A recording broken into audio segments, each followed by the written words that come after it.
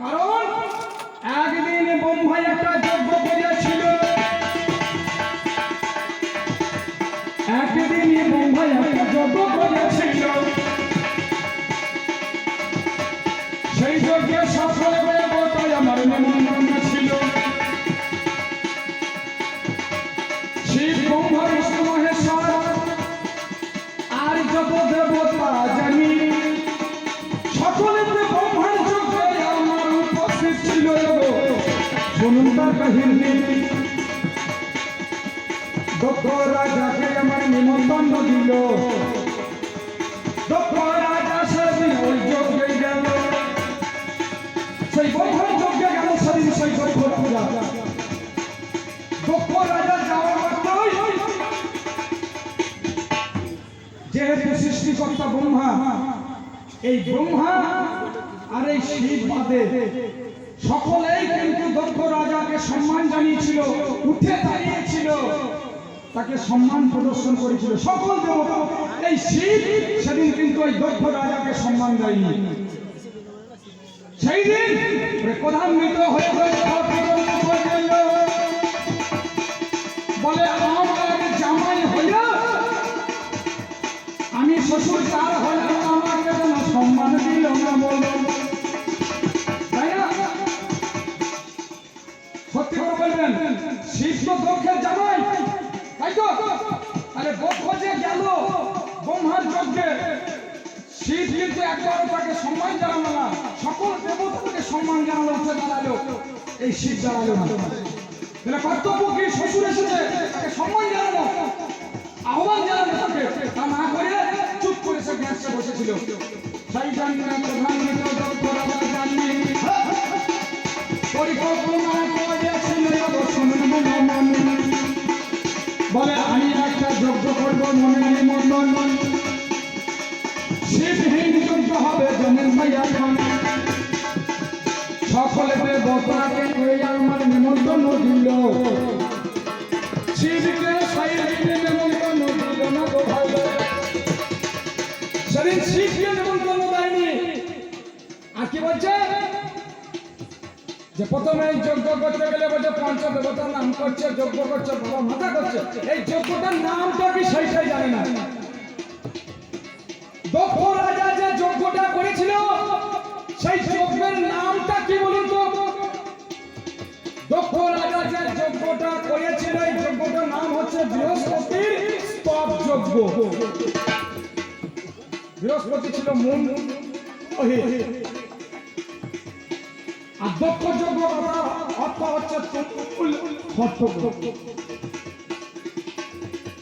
সেখানে শিব আমার ছিল না, ছিল না,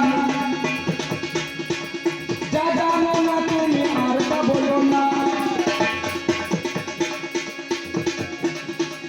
শোনো শোনো শিবি গো,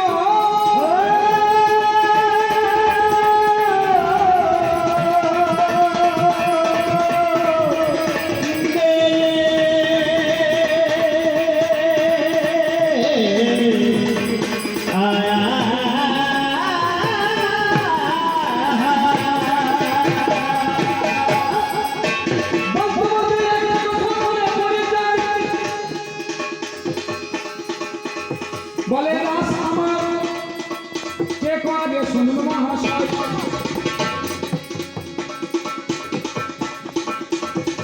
রাস কে করেছিল? প্রথম রাস কোথায় হয়েছিল? গোলকে রাস হয়েছে, গোলকে। গোলক শব্দের অর্থ কি? স্বর্গধাম, গোলক বৃন্দাবন। গোলকে স্বর্গে একবার রাস হয়। আর একবার রাস কখন হয়েছিল? দাপর যুগে, তাই তো? ঠিক বলছিল। দাপর যুগে কৃষ্ণ রাস করেছিল, বৃন্দাবনে গোপীদের মনোবাঞ্ছা সেজন পূর্ণ করে গেল ভালো।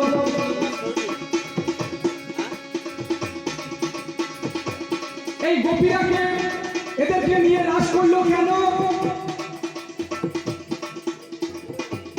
এই গোপীরা হচ্ছে আমার 16,000 নারী, আমার ভাই। 16,000 নারী নিয়ে বৃন্দাবনে কৃষ্ণ সখা রাস করে যায়। এই 16,000 নারীকে নিয়ে রাস করলো কেন জানেন? কেন? কারণ এই 16,000 নারী সৃষ্টি হলো কোথায়? ত্রেতা যুগে 16,000 নারী সৃষ্টি হয়। কোন দিন সৃষ্টি হলো শুনুন মহাশয়, যেই দিনে রামের সীতা কাটা গেল।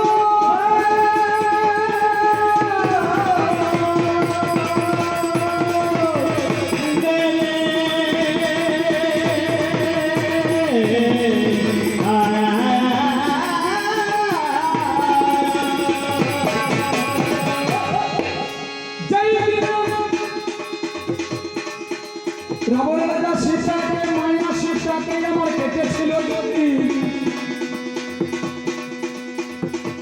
রামচন্দ্রকে কথা বলছে কথাখানি, বলে তোমার সীতাকে কেটে মনের মতন, বিভীষণ বলতে আমার মনের কথা শোন। রামচন্দ্র বলছে বিভীষণ, বলছে তোমার সীতা না, ওটা হচ্ছে মায়া সীতা, তোমার সীতা মরতে পারে না। আপনার সীতা মরে নাই। রামচন্দ্র এক সীতা ছাড়া কিন্তু ত্রেতা যুগে কোনো নারীকে সে গ্রহণ করে নাই। করেছিল বাবা? করে নাই। সে প্রতিজ্ঞা করেছিল এক সীতা ছাড়া আমি কোনো নারীকে গ্রহণ করবো না। তাই তো একলা সীতাকে সে প্রচন্ড ভালোবাসতো, যার জন্য ভালো আমার সীতা মারা গেছে, কাটা গেছে, মনে নিমন্ত্রণ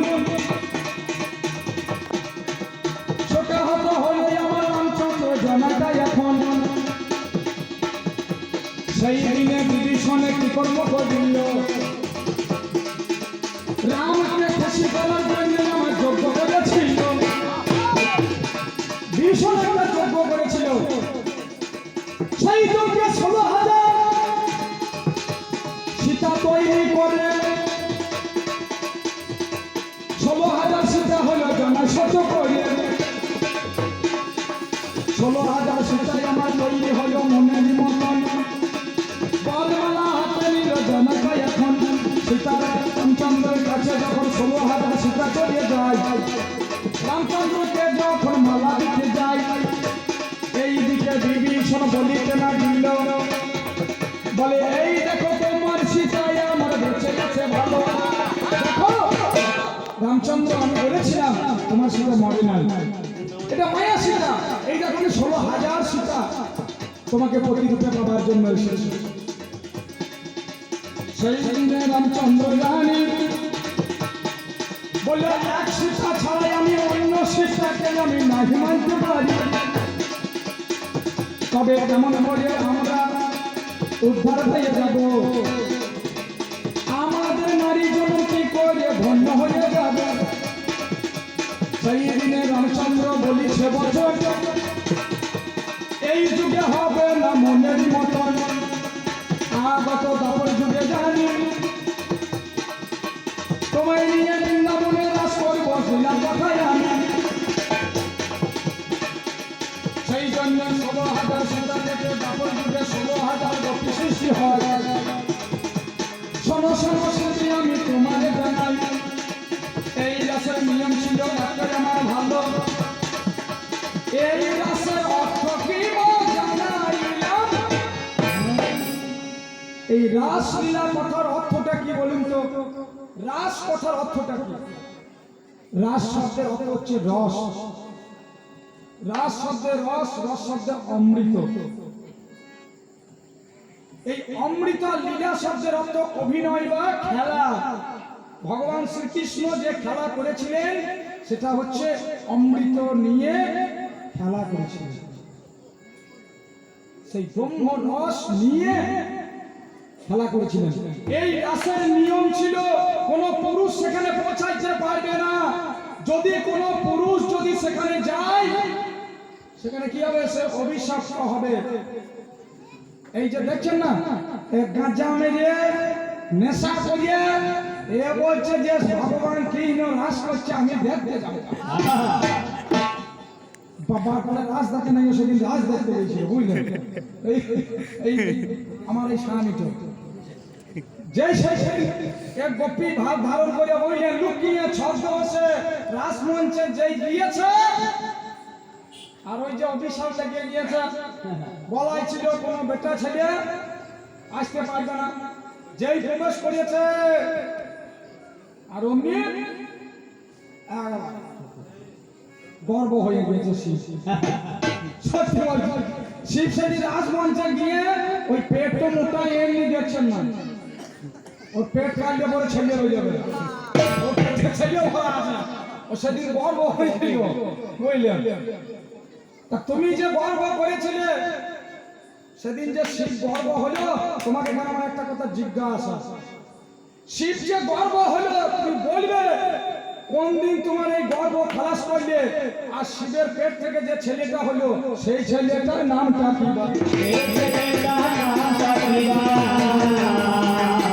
তুমি আমার কাছে বুঝো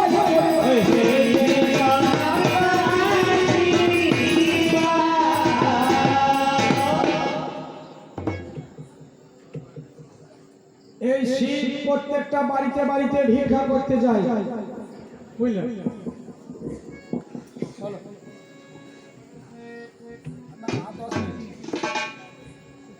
এই শিব প্রত্যেকটা দাঁড়ে দাঁড়িয়ে ভিক্ষা করতে যায় 10টা ঘর ঘুরবে সেই 100 চাই 5টা ঘর ঘুরবে 100 চাই গোটা গ্রাম ঘুরলেও সেই 100 চাই আমি বলছি হ্যাঁ আমাদের 16টা সংসার বুঝলেন আমি আমার স্বামী লক্ষ্মী সরস্বতী গণেশ তাই না কার্তিক আমরা 6 জনের আবার একটা করে বাহন আছে কার্তিকের আছে ময়ূর গণেশের আছে ইঁদুর হাঁসের মানে সরস্বতীর আছে হাঁস লক্ষ্মী আছে পেঁচা আমার আছে ষাঁড় ওর আছে সিংহ আবার ও দুটো বান্ধবী আছে এক হচ্ছে জয়া বিজয়া আর আমার দুজনা সেই আমার দুটো সখী আছে জয়া বিজয়া আর ওর দুজনা সেই গাঁজা সাজার লেগে আছে নন্দী ধীরে ধীরে কটা হচ্ছে 16টা হচ্ছে না এই 16টা সংসার আমি বললাম ওই তুমি যে চাল নিয়ে আসছো এতে সংসার চলবে হ্যাঁ এই শিবাইদার মতো যদি ইনকাম করতে না পারা যায় সংসার চলবে আমি বললাম ওই 2-10 টাকায় সংসার চলবে না শিবাইদার মতো ইনকাম করতে হবে তা বলছি আমি ইনকাম করবো কি করে এর বুঝলেন এর যে ঝোলাটা আছে না যে ঝোলাটা তো ভিক্ষা করতে যায় সেই ঝোলার নিচেতে একটা ফুটো আছে বুঝলেন 1.5 হাত পরে একটা ফুটো আছে এই ফুটো দিয়ে যে ভিক্ষা করতে যাবে চাল একদিকে ভরবে আর একদিকে পড়বে চিন্তা করে দেখুন একদিকে মাল ঢালছে আর একদিকে ফুটো দিয়ে তাহলে তো সংসার চলবে হ্যাঁ এতে দোষটা কার বলুন আমার দোষ নাই যে এই যে আমাদের এই মেন সেটের দোষ হ্যাঁ আমি বললাম ভাগো তা তোমার ওই ঝোলার নিচে যে একটা ফুটো করেছো 1.5 হাত ওই ফুটোটা মারো ফুটোটা না মারলে পরে তো চলতে পারে না কারণ মানুষ তুমি শিব হয়ে সেই ফুটো মারতে পারছো না তাহলে সাধারণ মানুষে পারবে কি করে কি বলছেন সাধারণ মানুষ আমাদের প্রত্যেকটি মানুষের শরীরে দেখবেন 1.5 হাত নিচে দেখবেন একটা ফুটো আছে এই যে শরীরের যে চাল সূত্ররূপী যে চাল এই চাল একদিকে জমছে আর একদিকে ফুটো দিয়ে বলুন চলে যাচ্ছে কিনা ফুটো আমরা কেউ মারতে পারছি আমরা মানুষ পাচ্ছি না এ ভোলা এই শিব পাচ্ছে না তাহলে আমরা পাইব হ্যাঁ শিব তুমি বলবে এই ঝোলা ফুটো তুমি কবে মারবে ঝোলা ফুটো তুমি কবে মারবে ওরে জীব তুমি শিক্ষা দেবে ভাই ঝোলা ফুটো তুমি কবে তুমি না পরম বৈষ্ণব তুমি যদি পরম বৈষ্ণব হলে এই ঝোলার ফুটো মারতে পারে কারা একমাত্র সাধু গুরু বৈষ্ণব তারাই ঝোলার ফুটো মারতে। তাহলে তুমি তো পরম বৈষ্ণব শিব, তুমি এই ঝোলার ফুটো মারতে পারছো না কি বাবা? আর তুমি গলায় মালা নিয়েছো, তুমি বলছো আমি পরম বৈষ্ণব। আচ্ছা বৈষ্ণবের বাবা লক্ষণটা কি গো? বৈষ্ণবের লক্ষণটা কি? মালা, তিলক, কৌপিন, শিখা, তুলসী, বহিপাস, হরিনাম, সংকীর্তন, এগুলো হচ্ছে বৈষ্ণবের লক্ষণ। তাহলে মালা, তিলক, কৌপিন এগুলো যদি তোমার লক্ষণ যদি হয়, তাহলে বৈষ্ণবরা দেখবেন কি লাগবে? তুলসী মালা লাগবে, নাই না? মালা নাই তো? তাহলে তুমি যে নিজেকে বৈষ্ণব বলে দাবি করছো, তুমি তুলসীর মালা না নিয়ে কেন রুদ্রাক্ষের মালা গলায় নিয়েছো?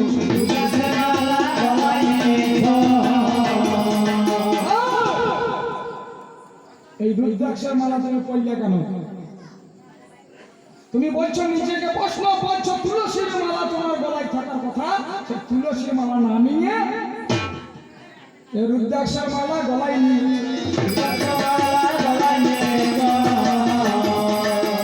তুমি আমার কাছে আসো বুঝা